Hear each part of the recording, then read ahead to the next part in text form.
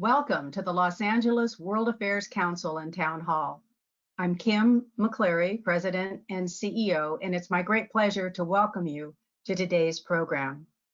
On behalf of the staff and I would like to thank you all for your ongoing support, your viewership of our live streams, becoming members of our organization, and through your generous donations over the past many challenging months. We couldn't have done this without you, so thank you. For those of you who are new to the Council Town Hall, we are a 501c3 with the mission of informing our members and audiences about the most compelling international, national, and regional issues.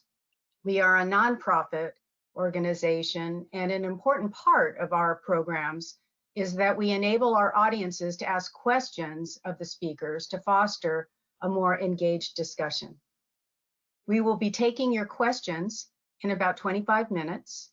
You can submit your questions by entering them on the questions section on the control panel on the right-hand side of your screen. You can enter those questions at any time. Our Vice President, Jessica DeGanzik, will get to as many of your questions as possible. It's now my great pleasure to introduce today's program, Business Strategies for Thriving Amid Global Volatility, with the Boston Consulting Group and Mastercard. Our panelists include Nikolaus Lang, Senior Partner at the Boston Consulting Group Munich, Jim Hemerling, Senior Fellow at the Boston Consulting Group San Francisco, and Tara Nathan, Executive Vice President, Humanitarian and Development at Mastercard. Our moderator today is Rochelle Webb, Clinical Professor of Entrepreneurship at LMU. They will be discussing the new book, Beyond Great, 9 Strategies for Thriving in an Era of Social Tension, Economic Nationalism, and Technological Revolution. Tara, we are so grateful that you are moderating today's excellent discussion. I'd love to turn this over to you so we can get started. I know our audience is looking forward to today's program. Hi, welcome to today's presentation. Thank you so much for joining us. I'm delighted to be able to have this inspiring conversation with Dr. Nikolaus Lang, Jim Hemerling, and Tara Nathan. So I'd like to start by introducing their backgrounds because they have a lot to offer this conversation. As you know, Dr. Nikolaus Lang is a senior partner at BCG out of their Munich office, and he's a global leader of the Global Advantage practice. He supports clients on globalization-related topics, geopolitics, and trade to joint ventures and digital ecosystems. His area of focus is mobility, connectivity, and self-driving vehicles. Isn't that cool? He worked with the World Economic Forum on the future of mobility in the city of Boston, where I got my undergraduate degree, and the launch of autonomous vehicles. So welcome, Nikolaus. Thanks for joining us. Thank you for having me. Thank you. Great pleasure to join you from Munich. And joined by Nikolaus is Jim Hemerling, his writing partner on this book and co-author, who's based in BCG's San Francisco offices and leads the people and organization and transformation practices, something that I think we're all leaning heavily into right now. He has been a leader of the BCG Greater China and is a fellow of the BCG Henderson Institute. He works with clients and his research focuses on holistic human-centric approaches to organizational transformation. He speaks often on the topic, and he actually has a TED Talk titled 5 Ways to Lead in an Era of Constant Change. So welcome, Jim. Thank you so much for joining us. Thanks, Rochelle. Delighted to be here. Looking forward to the discussion.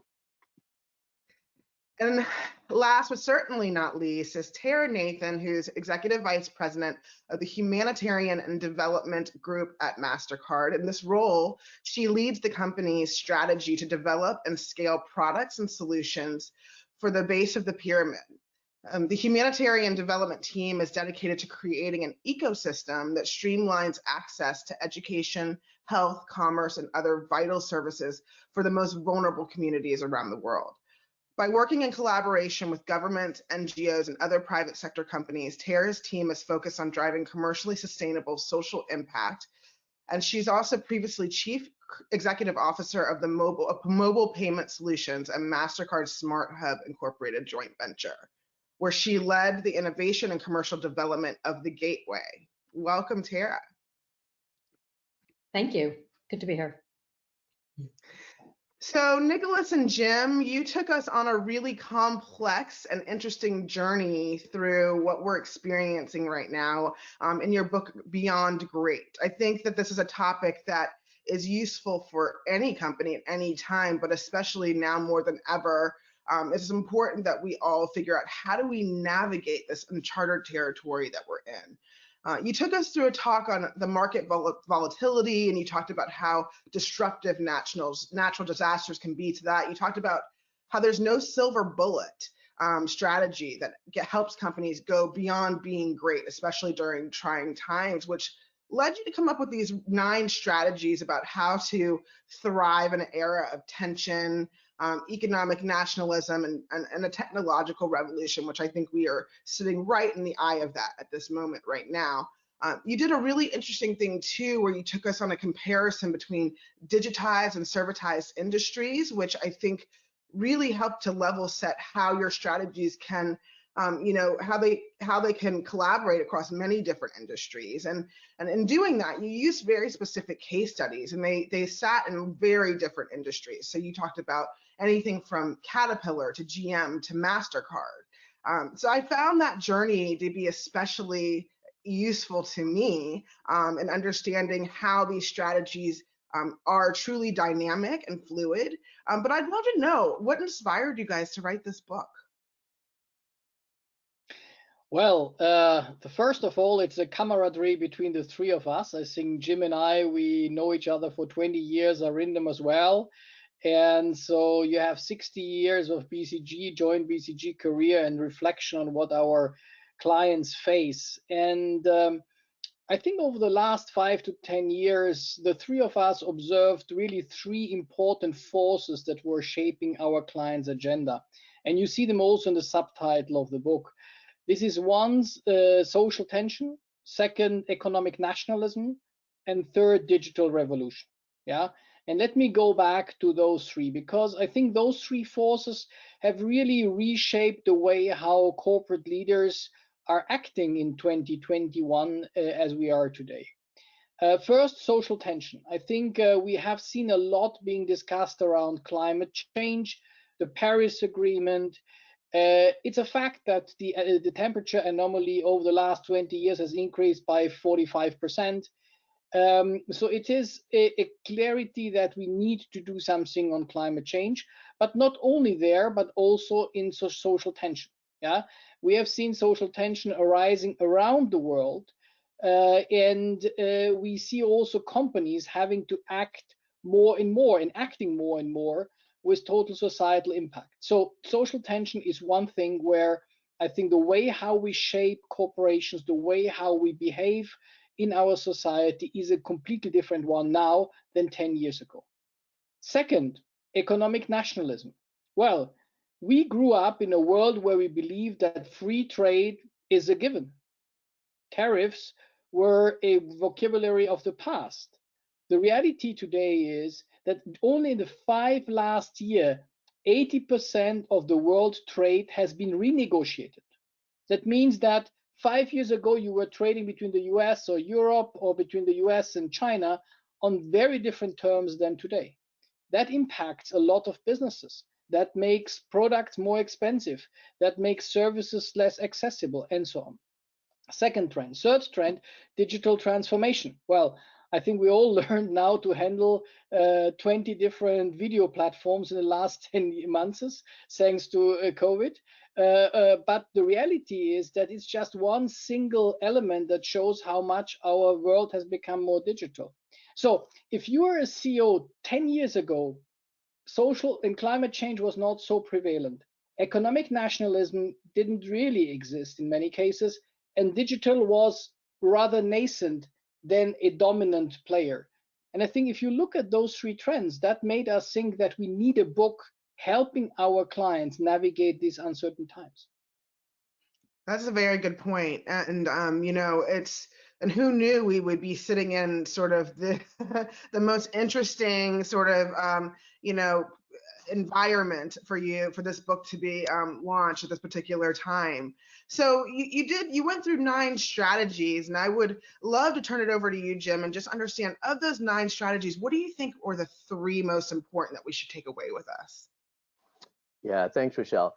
I think it's important, you know, the sort of summary of what Nikki was saying is in the title of the first chapter of the book, which is "Great is no longer good enough." And so we make this conclusion that's very important. And what do we mean by great? Great was about delivering outstanding returns for shareholders only. That really was the primary focus that, you know, leaders primarily focused on. And that was during an era of relative stability, primarily through low cost, you know, global scale and good products and services. We're saying, you know, great is no longer good enough. You have to go beyond great. First of all, you have to deliver benefits for all stakeholders. Shareholders, yes, but also for your customers, for your employees, for suppliers, society more broadly. You also have to do that in an environment that is being constantly disrupted, as Nikki just described. So I think the starting point, you know, before even the 9 strategies is a recognition that great is no longer good enough. Now, what does that mean? Well, the book that we wrote, as you might imagine, the book was published in October, and so we finished the writing right in the midst of COVID-19. Now, you might imagine we had a lot of soul searching about, is the message of the book still relevant? And what we concluded is absolutely, because all that COVID-19 had done, really, at least in terms of the messages of the book, is it had pulled those trends forward. And it was even more relevant, I would say, what we were saying. So the strategies of the book are organized around 3 parts: growing beyond, operating beyond, and organizing beyond. And what we would say is that all 3 parts of the book are absolutely relevant during this time, in the midst of COVID and beyond. Growing beyond, I would just highlight one of the strategies. We call it do good, grow beyond. And I'm sure Tara and the work Mastercard has done, she will elaborate on that. But the starting point, you know, if you believe that, as we do, that you need to focus on all stakeholders, is to think about not just what is the impact on your shareholders, but also customers and society more broadly. And so the idea of, in the midst of COVID, thinking about what is it that you can do for society more broadly. So you think of a company like 3M, a manufacturer of N95 masks. You know, Mike Roman, the CEO, his top priority was protecting society more broadly, you know, not just thinking about shareholders. So the idea of do good, grow beyond becomes, I would say, incredibly important, even more so in an environment where people's lives literally count on the actions being taken by companies. The second area around operating beyond, this is where we put a very strong emphasis on a theme of resilience. As you might imagine, you know, people became much more aware of how globally interdependent we are on suppliers and networks that are around the world. And so, you know, we talked about, in one of the strategies, is around engineer an ecosystem. So you don't have to solve all of the problems on your own. You can think about building an ecosystem of partners that help you do that. Also, another strategy, flex how you make it. Flex how you make it goes directly at this idea of building a more resilient supply chain, which of course has become incredibly important. And then the third part of the book is organizing beyond. And here I would just highlight one of the elements, and I'm sure we'll come back to it. The strategy is called Embrace Always On Transformation. And you know, we used to think about transformation as a one-off event. You would typically face into some sort of a crisis or a performance challenge. You'd stand up a transformation, execute it, and you'd go back to this wonderful state we called business as usual. That world is gone. So now you need to think about transformation as something that you embed into the operating model as a way you organize. You're always going to be transforming. And that, of course, is even more relevant now in the midst of COVID and what we're experiencing. So that's how I would answer that question around, you know, the strategies that are most relevant during this time. That's great. So COVID basically proved your hypothesis, which is great. Indeed it did.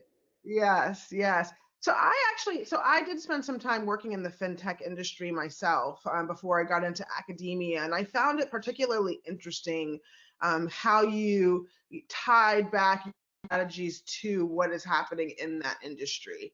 And I'm also somebody who's greatly shifted my work into a lot of CSR activities. So I found myself really stuck in and digging in when we got to a lot of the talk that you had in the book around the case study of Mastercard. And it's a very tricky industry. I mean, if you think about what credit cards do, they enable you to transact millions and millions of times a day, around the world in all of these different markets. And so I think if you think about a business model, that's one in which you truly have to think about how are you going to operationalize, in a way that's going to help your business run more smoothly. So I'd just be curious, because I know in this volatile world that we're in right now, and how it's pushing companies to really go beyond products and services to more digital solutions, as Jim just mentioned, we're trying to figure out how do we get on more platforms, how do we digitize our lives. Tara, how is Mastercard utilizing digital technologies to improve the experience for customers? Mm-hmm. Thanks for, first of all, thanks for inviting me to join. It's a pleasure to be a part of this conversation. And I assume, and I'm hoping it is going to be a conversation. Interesting, right? I think many people think we're a credit card company. I think even in your introduction, you referred to us as a credit card business. And at our core, right, digital transformation and creating digital experiences for consumers and merchants and businesses around the globe is at the core of what Mastercard does.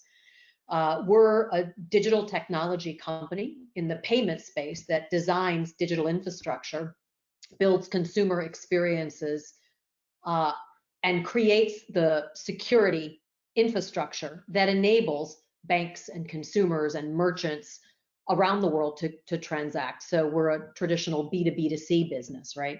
So we enable our partner companies like banks to actually create seamless digital experiences, I should say, for their customers, for you and I, sort of making transactions. So what does this look like? I think in our traditional business, you're familiar with it perhaps with a card in your wallet, and you go and there's a POS machine at a bank, and you swipe it, and that's the digital experience that you have. But as we go into the future and we talk about how the world continues to transform, as Nikolaus and Jim had mentioned, in the world of the Internet of Things, where every device is a connected device, now suddenly every device can become a payment device. It's not just that card that you think of in your wallet. Where you transact is not that traditional storefront where you might be thinking about it. Or even if you're being a little bit, leading edge, you might think about your computer, or you might think about your iPad. Nowadays, as we're building digital technology and infrastructure and rails to serve our customers, and ultimately that end up in consumer experiences like yours and mine, we think of payment devices as watches, as necklaces, as light bulbs, as TVs. Your refrigerator is a payment device. And so for us, that seamless consumer experience, the one that we're trying to achieve and to our North Star, if you will, is when that payment actually becomes invisible. Because nobody wakes up in the morning saying, hey, gosh, I wish I could make some payments today, right? You think, no, I want to eat, I want to watch TV, I want to make purchases, I want to enjoy experiences. And so curiously enough, for us, when we are successful, that digital experience becomes invisible in the Internet of Things. Now, that's in developed economies, right? When we're talking about things like I said, connecting your smart TV to your light bulb, enabling your refrigerator to order its own supplies and order groceries. In my world, the business I run, I take that same sort of digital approach and that same notion of building digital rails to create access to services, but apply it to the most marginalized individuals and communities to make sure that even they can benefit from access to services. So what does that mean? Well, the people I'm serving in my business live across Africa, live across Asia, in India. And for them, I'm creating, and we create at Mastercard, the same sort of, or I should say adjunct, corollary digital rails, but that work in unique contexts that might be offline, as an example, right? In the majority of the contexts in which my business operates, there's no power, there's no connectivity, there's intermittent mobile connectivity at best. So what we do is create solutions that enable things like smallholder farmers, a farmer who lives on less than $2 a day, who may have no way of actually selling his wares. He doesn't have access to the internet, doesn't have access to even crop information, much less a marketplace to then sell his off-taker produce. So what we do is create a digital infrastructure that creates that marketplace, that enables that smallholder farmer to post her produce and get access to buyers. That's one example. Another example of the infrastructure might be providing a mother the ability to pay her school fees for her child. She, typically will be working at a farm, let's say 2 to 3 hours walk from the school where her child goes to school. And often payments are very low value. So the payments they have to make to keep their child, to keep her daughter in school, to keep her son in school will be 50 cents to $1. And they'll have to make these 50-cent payments, not just monthly, but sometimes weekly, okay?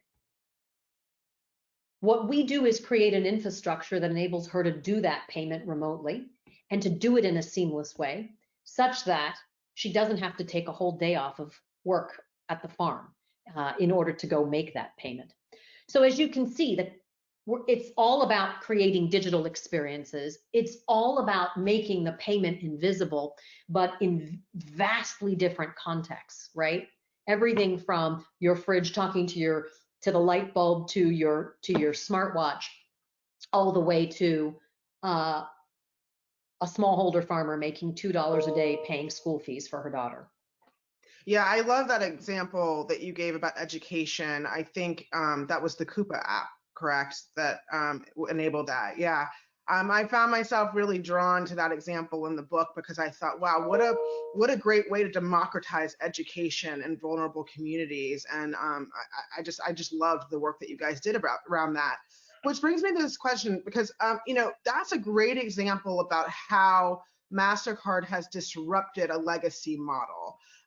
These legacy models are starting to die. Ecosystems are on the rise, and I think, I know, Tara, you've had a lot of experience in, developing ecosystems within your area at Mastercard, and Nikolaus and Jim, you talked a lot about this in your book. I'd love, to Tara's point, to make this a conversation and put this question out to all three of you to just, to reflect on what are some of the fatal flaws that you're seeing when it comes to building ecosystems, and what are some of the landmines that businesses should avoid. And Tara, if you could hop in and maybe, reflect on how, ecosystems have been impacted internally at Mastercard, I would love to hear from all of you guys on this question. Okay, maybe I'll just kick it off and to start with some thought starters. So ecosystem organizing is at the crux of what Mastercard does. So I think for us, it's an existential question, right? What we do, as I mentioned before, is our fundamental business is bringing together issuing banks, acquiring banks, merchants, processors, technology companies. We bring all these entities together to enable the payments to happen seamlessly. And that is, like I said, that's at its core what we do.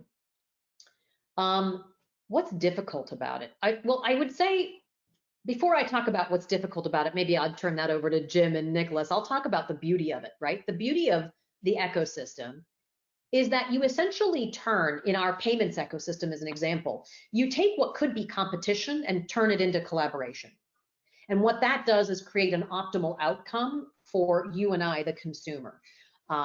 Okay, so what does that mean?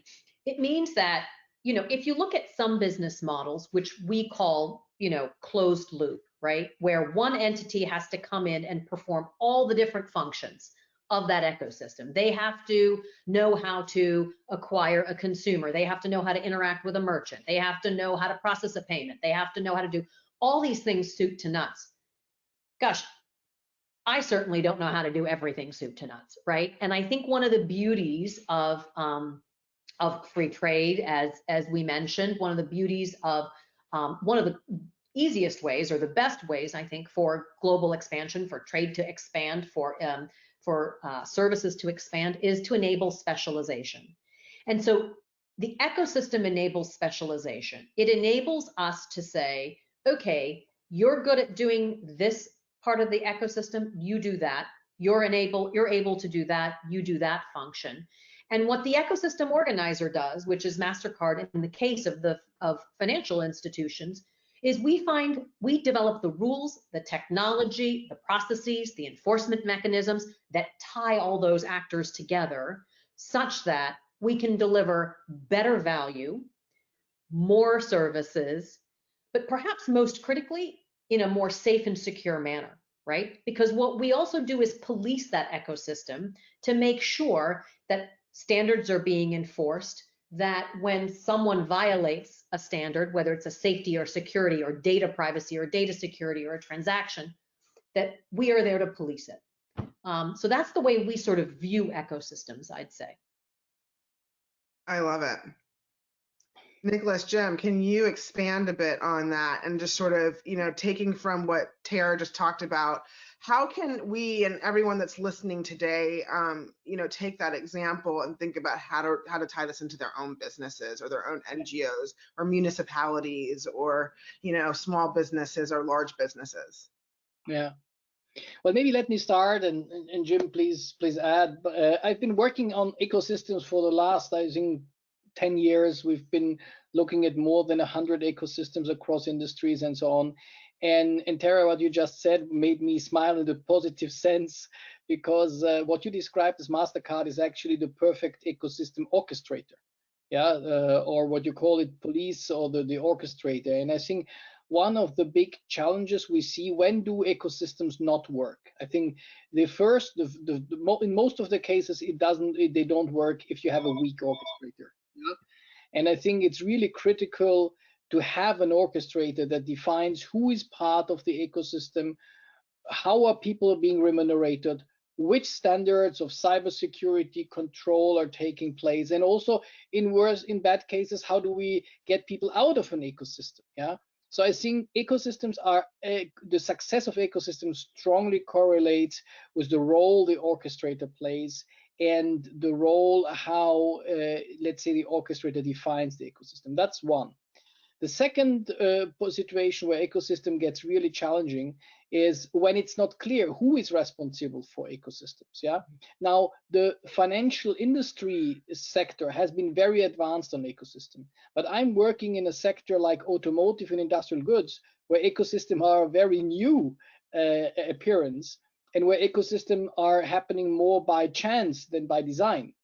And if you develop ecosystems without a clear strategy in mind, just to answer a certain product need or a certain development need, this ecosystem will not strive neither. Yeah.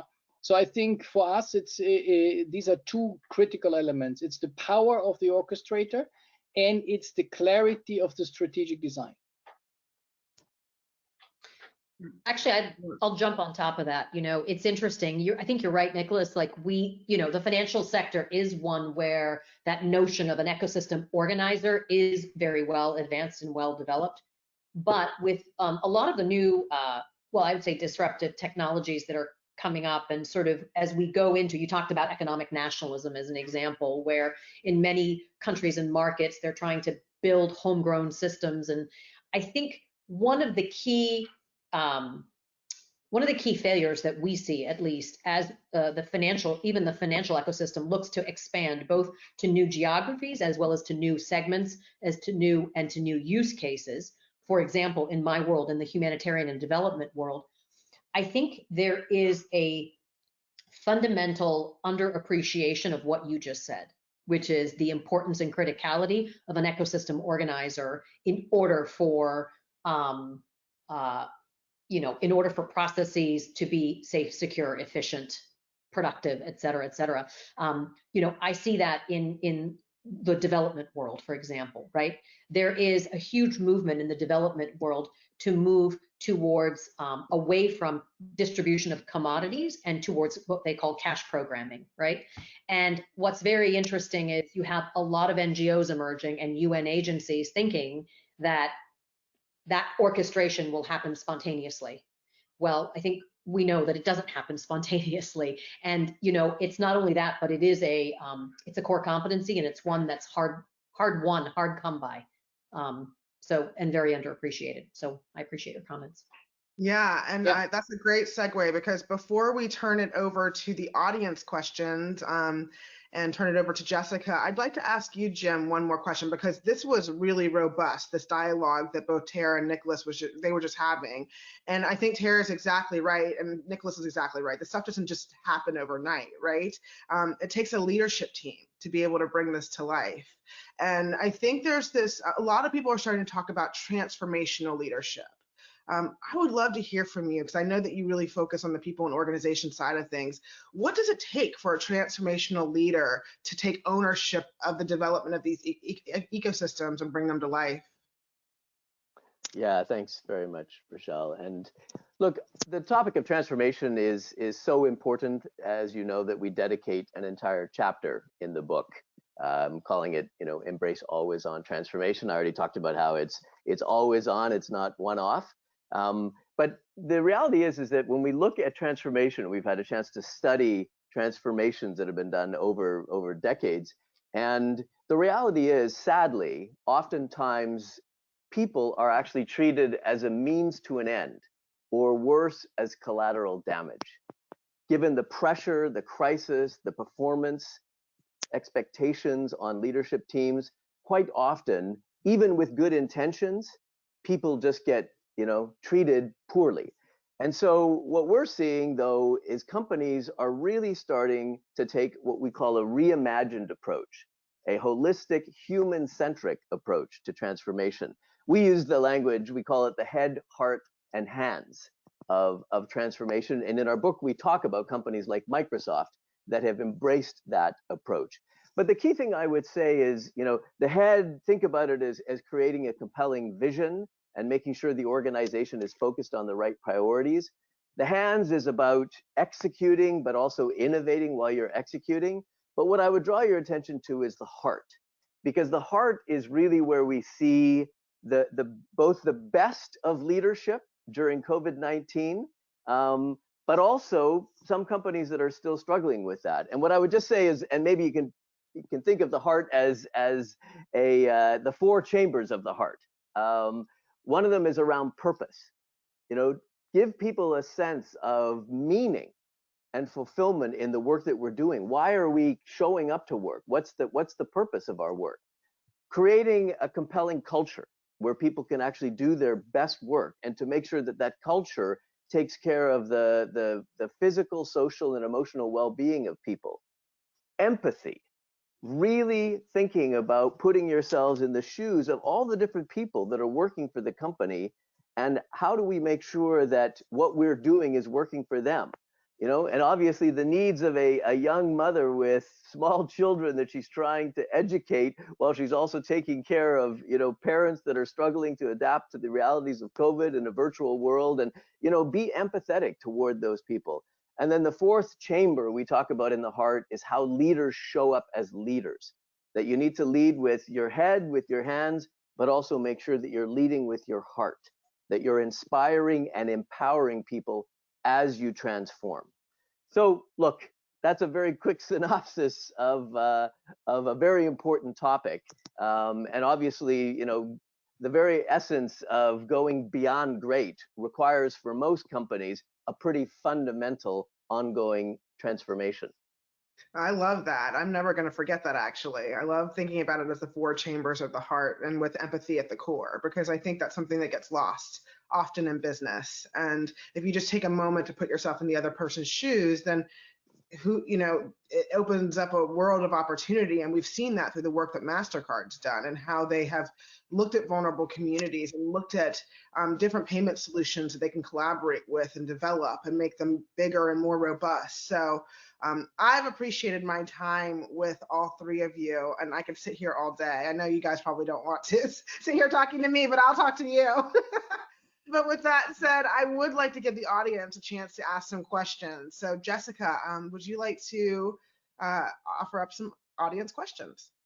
Sure. Thank you so much. Great conversation so far. Rochelle, thank you for leading that. The first question, and Jim, this might be for you. Won't the pandemic delay indefinitely the possible implementation of your 3 strategies? And this is obviously part of the full 9 strategies, but the 3 you highlighted. Well, I would see it, I understand the concern in that question, which is that with companies so focused on just coping with the reality of the pandemic that they might be overwhelmed by that. But what I would say is, we're also seeing companies, particularly, you can see some companies that already had a running start at this are faring much better during COVID-19. So for instance, a company like Natura is the 4th largest cosmetics company in the world. We write about them in the chapter, Do Good, Grow Beyond. Because they're already, the leadership team, the organization is very focused not just on shareholders, but also on their customers, on their supply base, on the impact on society, the impact on the planet.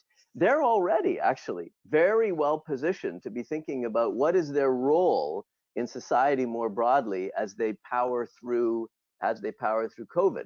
Or you think about the section on operating beyond. If you've got a well-functioning ecosystem, if you've begun to think about how do you flex how you make it, and think about having resilience in your supply chain, if you've already started to embrace the idea of stream it, don't just ship it. In other words, embrace digital experiences. All of those help your business to be much more resilient.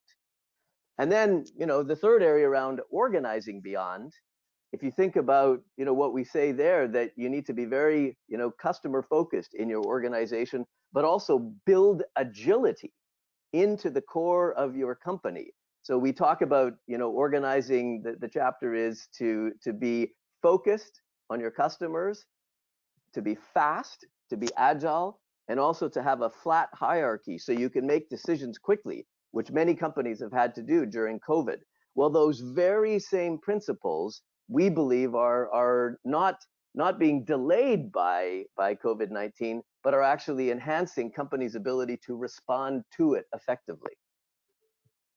Thank you so much. Tara, I'm going to direct this next question to you. Mastercard's Humanitarian and Development departments should be a model for all international companies. How many exist globally, and what are they doing to be successful? So how many exist globally is a difficult question. I think here's the way I'd answer it. I think there's many different, there are different types of companies, right, that are approaching this very differently.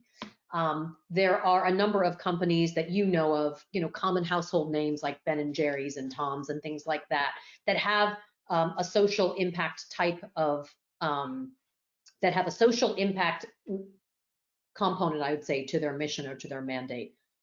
Typically, it can be of the form of, okay, you buy a pair of shoes or you do this action and I'll donate a portion of the proceeds. The way Mastercard is approaching it, I think, is actually, unfortunately, still quite unique, is the bad answer. But Jim and Nick and Nikolaus can perhaps speak to that. And why is it unique? Because the way we approach corporate social responsibility is we don't think about it as traditional CSR. We don't think about it as a nice to have philanthropic unit that sits on the side. Rather, what we've done is really incorporated it into the core of our business. For us, my business, as an example, sits within the core business of Mastercard. I have a dual mandate. I have a mandate to sort of do good, to have social impact, while maintaining a commercially sustainable bottom line. And the reason our CEO has very intentionally put it, I would say, in the core of the business, is because we believe that they're inextricably linked. That in order for what we do, first of all, in order for the good that we do to be sustainable and scalable, in order for us to have impact at the magnitude that is required, the billions of people who are unserved, who don't have access to clean water, who don't have identities, who don't have access to healthcare, who don't have access to education, it has to be commercially sustainable. So it has to be embedded in the business. And similarly, in order for it to do well for our company, it has to be inextricably linked. So as I said, I think at Mastercard, we've taken a unique approach, and that approach is not to say, what's something that's kind of cool, that's doing good, that we could do. Rather, it's to really look internally and say, what do we do? You'll remember to how I answered the question of sort of what we do. I linked very much. This is what we do in developed countries. This is what we do in developing countries.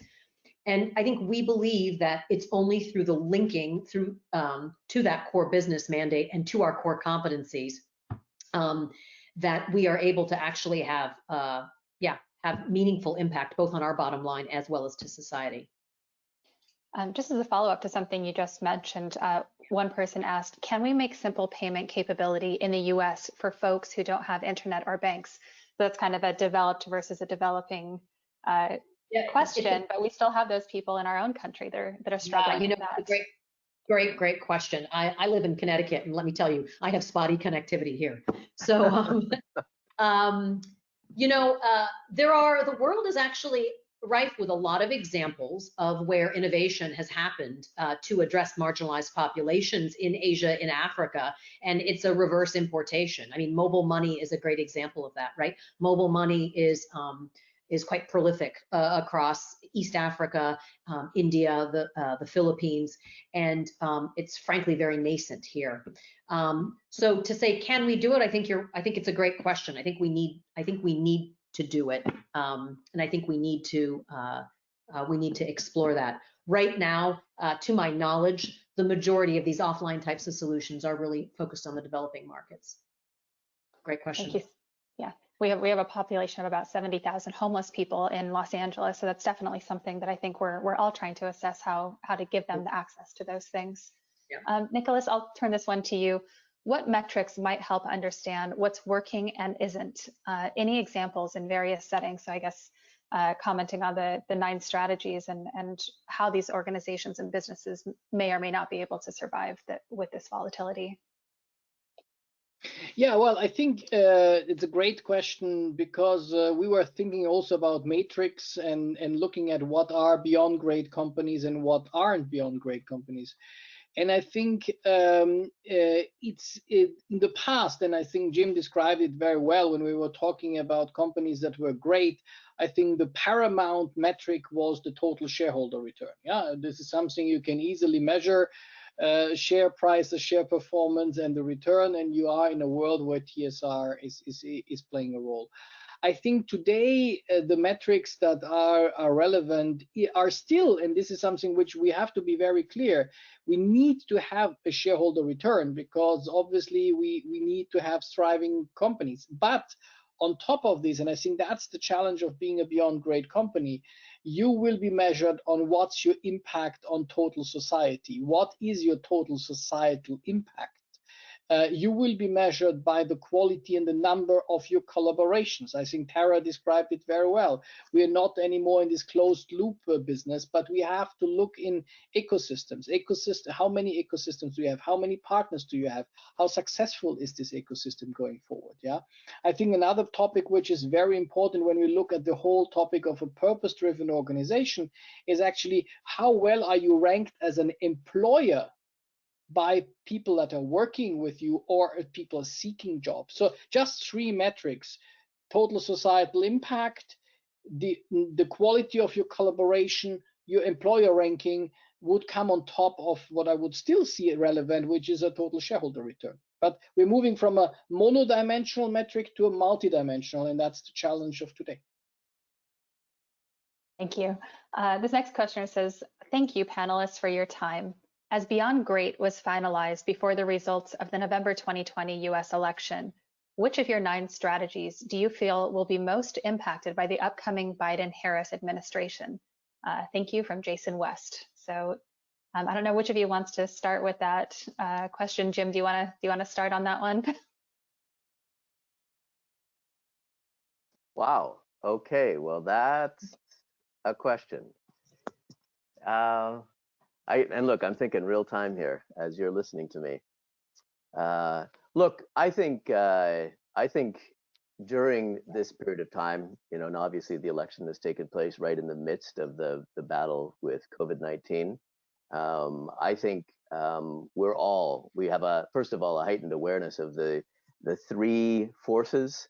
Social tension is all around us. Economic nationalism is all around us, and technological revolution is all around us. And I think that the new administration is walking into that world, and they're going to have to immediately deal with the immediacy of the social tension raging around us. And by the way, not just the administration, but also business leaders, are automatically, and they're responding in different ways. And it's interesting to see how social tension is playing out in some of the decisions that business leaders are making. So I think the first place I would say is, make sure you're as an administration be deeply rooted in those 3 forces that are disrupting the world. I would also say that, and I'll come back to again that we came away convicted that our book is relevant for today. I think the strategies around growing beyond, particularly around ensuring you're having a positive impact on society and the planet, is going to be obviously a very heightened objective. I think the operating beyond and around ensuring we have resilient supply chains, particularly in areas related to the health and safety of our citizens, is going to be incredibly important. And even in terms of organizing beyond, I think that this new administration is going to be in an environment of always-on transformation, and they're going to have to very quickly try to align on what's their vision, what do they believe the big rocks, the big priorities are, and then mobilize resources, not just of government, but of businesses more broadly, in order to tackle those problems. So while I hadn't really thought about that question in advance, I think the 3 parts of the book of growing beyond, operating beyond, and organizing beyond are actually very relevant for the new administration. Thank you. Tara or Nick, did you want to add to any of that?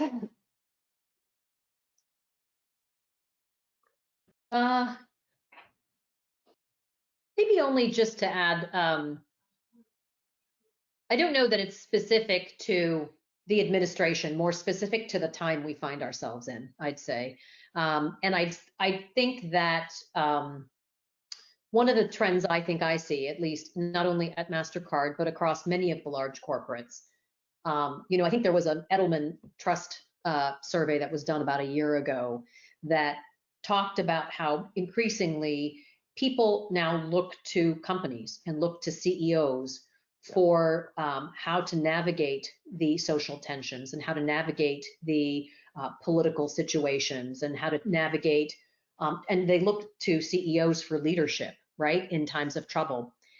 So one of the things I think I've seen a lot of in increasing numbers, like no other time before it, are CEOs and companies speaking out on major political, social issues.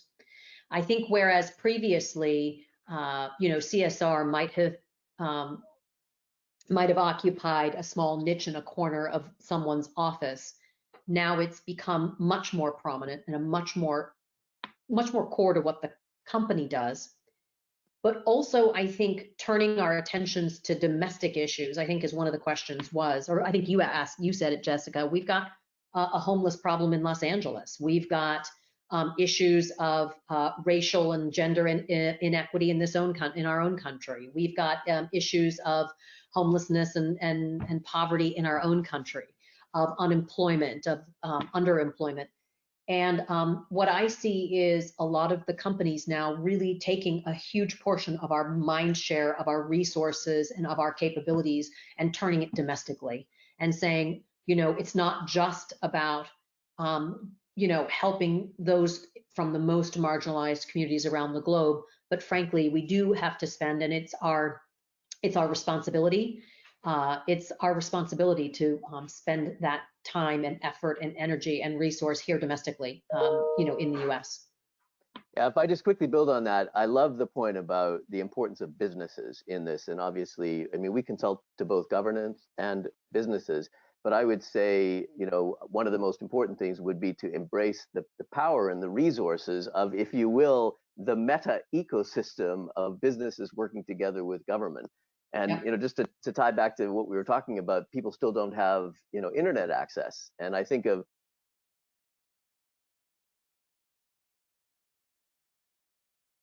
Sorry, Jim, I think we might be losing your connection.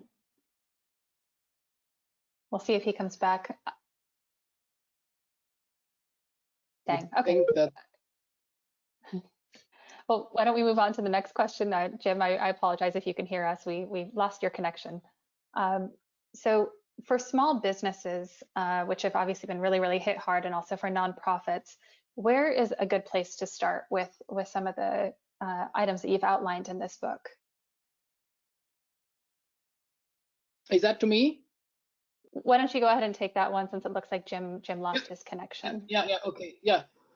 Look, I think for small businesses, again, this book is not only hopefully timely, but also timeless. That was at least our ambition. And I think when we talk about small businesses, we were really looking also, although some of the examples obviously focused on large companies, I think small businesses can strive beyond great. And again, taking some of the topics that Jim brought up, small businesses are very frequently more connected to their local community and to their local society than big companies. So by nature, I'm now calling in from Germany. We have this so-called Mittelstand, this mid-sized companies between $500 million and $3 billion. They are determining the fate of small or medium-sized cities. They are very connected to community. So I think total societal impact is something highly relevant for them. If we move on to the topic of ecosystem, I think again, these are highly agile companies, very innovative companies, but they don't have all the resources in-house. So they will need to think about new ways to collaborate. They will need to think about how to develop networks of competences. So I think an ecosystem, they can strive as well. And just building on the third topic that Jim brought up in terms of really the always on transformation, one of my friends is in the 17th generation, 17th generation of a mid-sized German company. Well, this entrepreneur every night, every day thinks about how he can push this company further. And it's a 5 billion euro company. Yeah? We're not talking about a mom and pop shop. So I think for these companies, whether they are 50, 100, $1 billion or $100 billion big, many of the strategies are equally relevant or not even more relevant. Thank you so much. And Jim, welcome back. It's not lost on us that you were talking about internet connectivity and then you lost your connection. So did you want to conclude your remark? And then I'm going to turn this back over to Rochelle. Yeah, sorry for that. It's amazing. And I just had our whole Wi-Fi upgraded in our home. So note to self. No, the point I was just saying. I have a product for you, Jim. Well, I just spent a bunch on the product I have, but what I would say is it's just this point around the importance of government and business working together to solve the big societal problems. Internet connectivity just being one of many, many, many. But I think that that would be a very important message. I think for the new administration. Yeah. Couldn't agree more. Well, thank you all so much. I know we're almost at the end of the hour, so Rochelle, I'm going to turn this back over to you. Thank you for a wonderful discussion. Yes, thank you to the attendees. Those were some really great questions and really leveled up our conversation. So to Jim, Nikolaus, and Tara, I just want to thank you so much for your inspiring and thought-provoking insights today. You certainly have given us a lot to think about as we walk away from this conversation. I do want to thank the attendees for your awareness and engagement throughout the session. I think that was reflected back to us in the questions that you asked. And I think that it helps us have a larger conversation about a lot of these finite issues that we grapple with every single moment of every single day. I'd like to turn it back over to Kim McCleary, the president of the LA World Affairs Council and Town Hall. And thank you so much for making this event possible. It certainly is a high value, high touch situation for us to be able to have these kinds of conversations and spend time with experts like Tara, Jim, and Nikolaus. So thank you for that. Rochelle, you did a terrific job moderating. Thank you so very much. And to Nick, Tara, and Jim, this was so inspirational. I just ordered the book. Everybody, please buy it. Beyond Great, 9 Strategies for Thriving in an Era of Social Tension, Economic Nationalism, and Technological Revolution. Can't wait to get into the detail. We hope all of our viewers enjoyed today's program and that you'll continue to help us make these events possible. Become a member, make a donation, or text GIVE to the number on your screen. We can't do this without you. We have some terrific events coming up. This week, Thursday, we have Politics in the Time of Coronavirus with Politics Professor Dan Schnur. And on Friday, a conversation with U.S. Congresswoman Barbara Lee. And also, please note on February 19th, we have Bill Gates talking about his new book on climate change. Please stay safe, stay informed, and we hope to see you soon. Thank you again, Rochelle, Nick, Tara, and Jim. This was fabulous. Take care.